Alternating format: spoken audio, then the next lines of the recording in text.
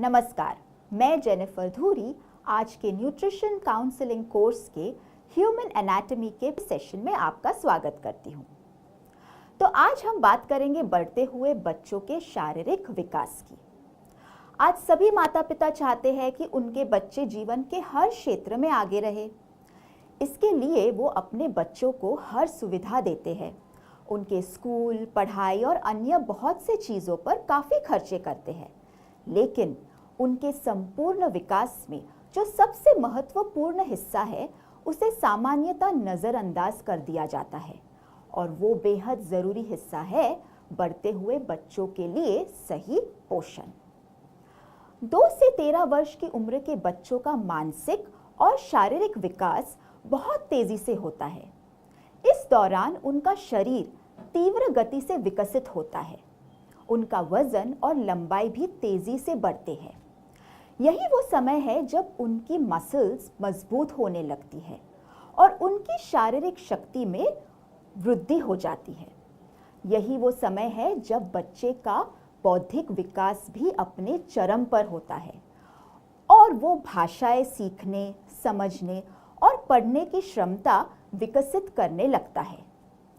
Brain का विकास भी इस उम्र में काफ़ी तेज़ी से होता है।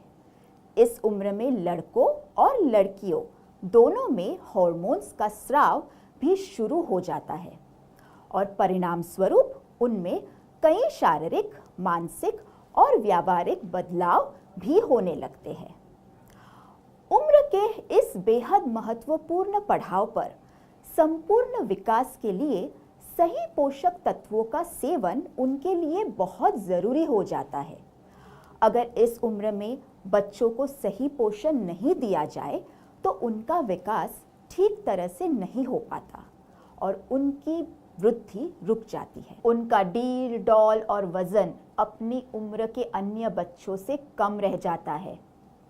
बच्चों में पोषण की कमी आज हमारे देश में एक बहुत बड़ी चिंता का विषय बन चुका है।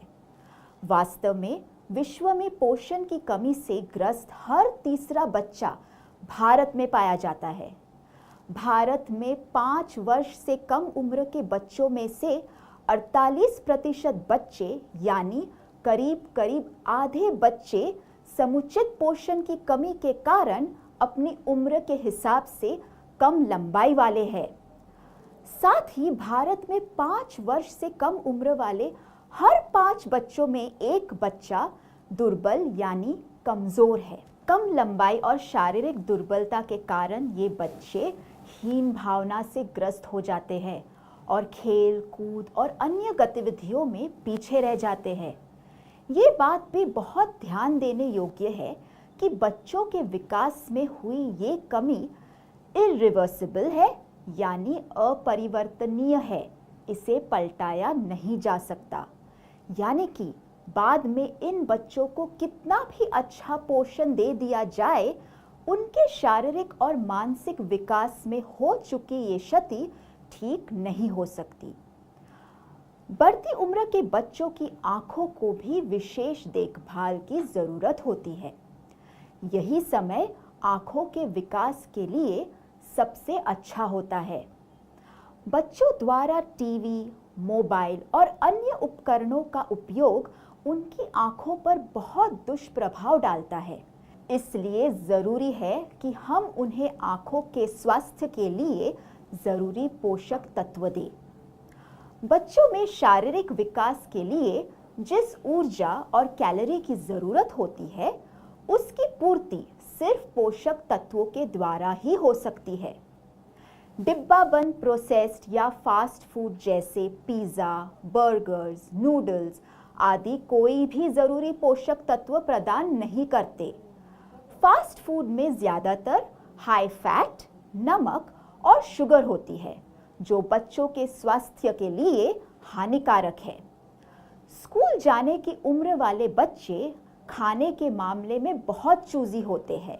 अक्सर ये बच्चे फास्ट फूड या ऐसे ही बिना किसी पोषक तत्वों वाले खाने को पसंद करते हैं।